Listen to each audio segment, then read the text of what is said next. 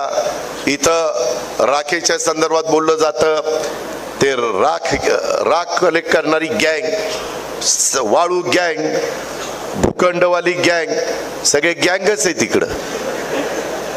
पण ते गँग आता सुतासारख्या सरळ करायच्यात त्यांना, त्याच्यामध्ये त्याला इलाज नाही. तुम्ही घाबरू नका, तुम्ही चुकूही नका, पण तुम्ही कुणाच्या दबावाला घाबरू नका.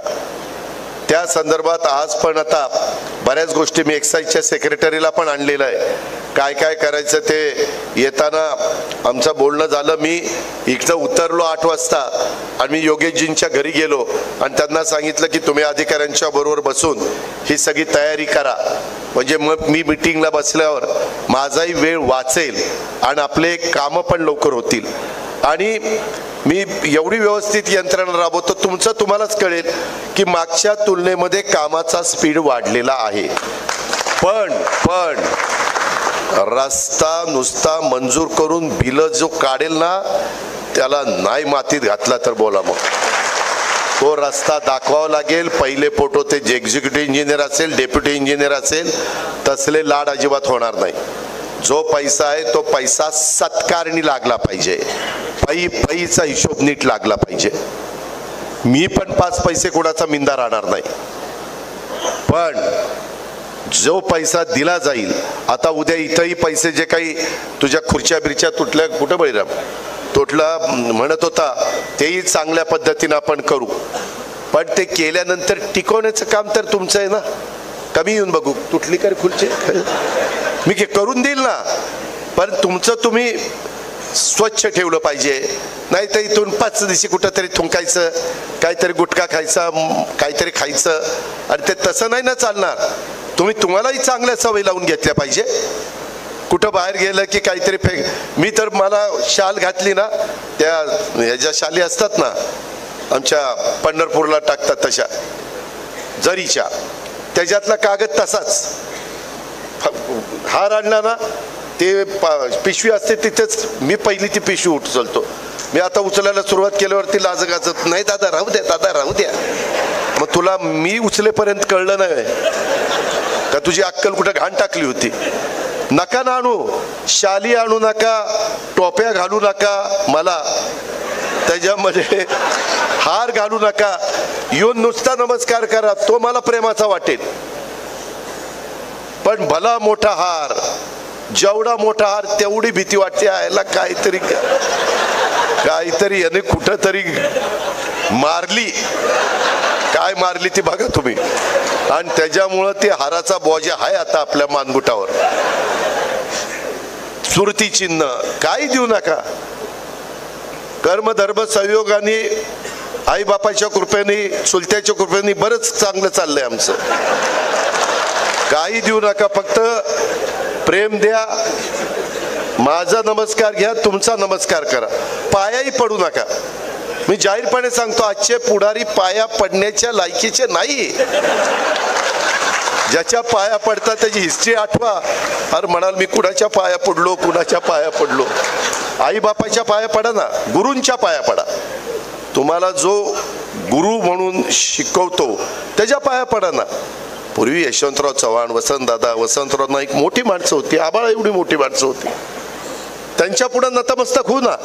छत्रपती शिवाजी महाराज आहेत, संभाजी महाराज आहेत, राजमाता जिजाऊ आहेत, बाबासाहेब आंबेडकर आहेत, महात्मा फुले आहेत, मौलाना आझाद अण्णाभाऊ साठे आहेत. महान युगपुरुष होऊन गेले. किती महिला, किती जणांची नावं घेऊ. पण ह्याच्यामध्ये जे फार म्हणजे वाईट वाटून घेऊ नका युवकांनो. मी तुम्हाला हे तरुणांच्या करताय बरं का, तुम्ही तुमच्या की तुम्ही त्या संदर्भामध्ये उगीच पाया पडत, मग त्याच्यात लाचारी पत्करल्यासारखं वाटतं. का पाया पडायचं? आपण असं परत नमस्कार करू ना. आपण पूर्वी काय म्हणायचो, राम राम किंवा नमस्कार म्हणायचो का नाही, सलाम वालेकुम, काय हरकत आहे? आपण सगळ्या जाती धर्माचा आदर केला पाहिजे. कुणाचाही आपण त्या ठिकाणी मनात आडी ठेवता कामा नये.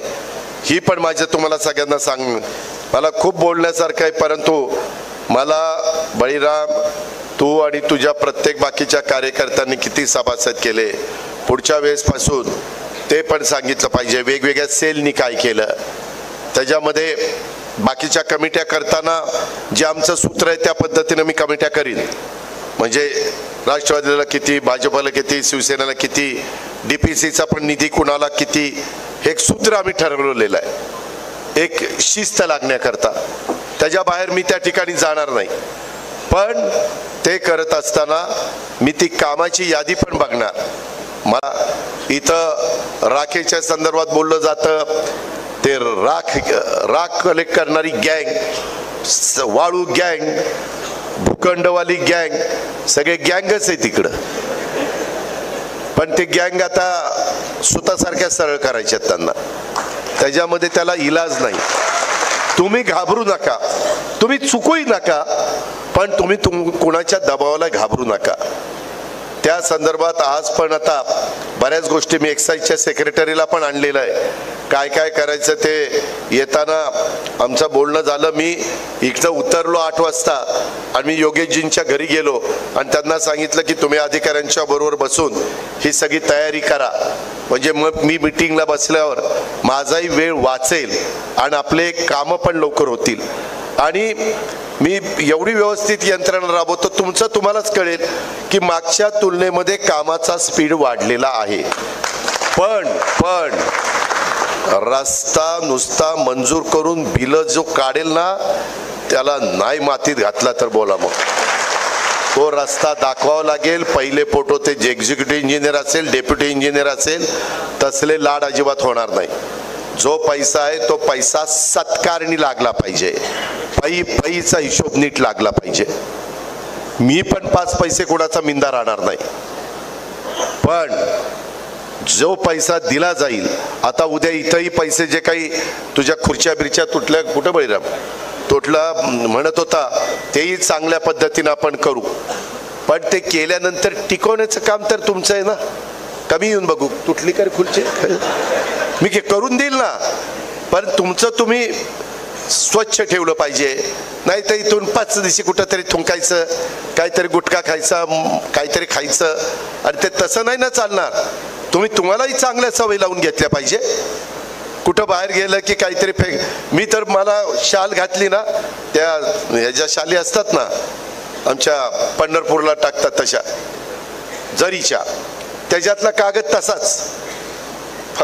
हार आणला ना ते पिशवी असते तिथेच मी पहिली ती पिशवी उचलतो.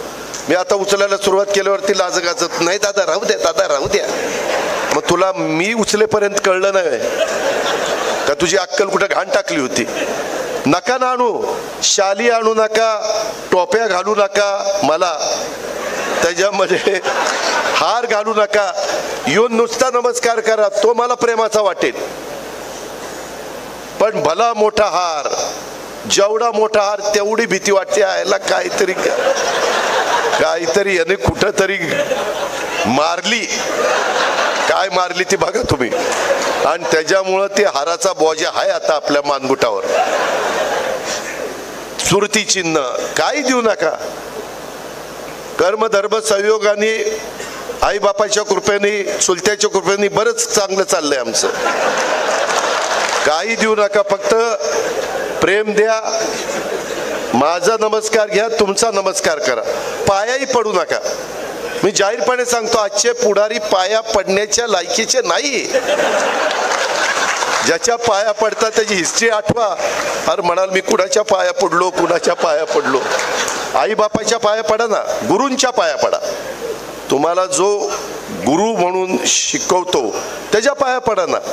पूर्वी यशवंतराव चव्हाण, वसंतराव नाईक मोठी माणसं होती, आबाळा एवढी मोठी माणसं होती. त्यांच्या पुढे नतमस्तक होऊ ना. छत्रपती शिवाजी महाराज आहेत, संभाजी महाराज आहेत, राजमाता जिजाऊ आहेत, बाबासाहेब आंबेडकर आहेत, महात्मा फुले आहेत, मौलाना आझाद अण्णाभाऊ साठे आहेत. महान युगपुरुष होऊन गेले.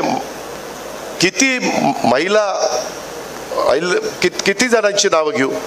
पण ह्याच्यामध्ये जे फार म्हणजे वाईट वाटून घेऊ नका युवकांनो. मी तुम्हाला हे तरुणांच्या करताय बरं का, तुम्ही तुमच्या की तुम्ही त्या संदर्भामध्ये उगीचच पाया पडत मग त्याच्यात लाचारी पत्करल्यासारखं वाटतं. का पाया पडायचं? आपण असं परत नमस्कार करू ना. आपण पूर्वी काय म्हणायचो? राम राम किंवा नमस्कार म्हणायचो का नाही? सलाम वालेकुम. काय हरकत आहे? आपण सगळ्या जाती धर्माचा आदर केला पाहिजे. कुणाचाही आपण त्या ठिकाणी मनात आडी ठेवता कामा नये. ही पण माझं तुम्हाला सगळ्यांना सांग. मला खूप बोलण्यासारखं आहे, परंतु मला बळीराम, तू आणि तुझ्या प्रत्येक बाकीच्या कार्यकर्त्यांनी किती सभासद केले, पुढच्या वेळेसपासून ते पण सांगितलं पाहिजे. वेगवेगळ्या सेलनी काय केलं, त्याच्यामध्ये बाकीच्या कमिट्या करताना जे आमचं सूत्र आहे त्या पद्धतीनं मी कमिट्या करीन. म्हणजे राष्ट्रवादीला किती, भाजपला किती, शिवसेनेला किती, DPCचा पण निधी कुणाला किती, हे एक सूत्र आम्ही ठरवलेलं आहे एक शिस्त लागण्याकरता. त्याच्या बाहेर मी त्या ठिकाणी जाणार नाही. पण ते करत असताना मी ती कामाची यादी पण बघणार.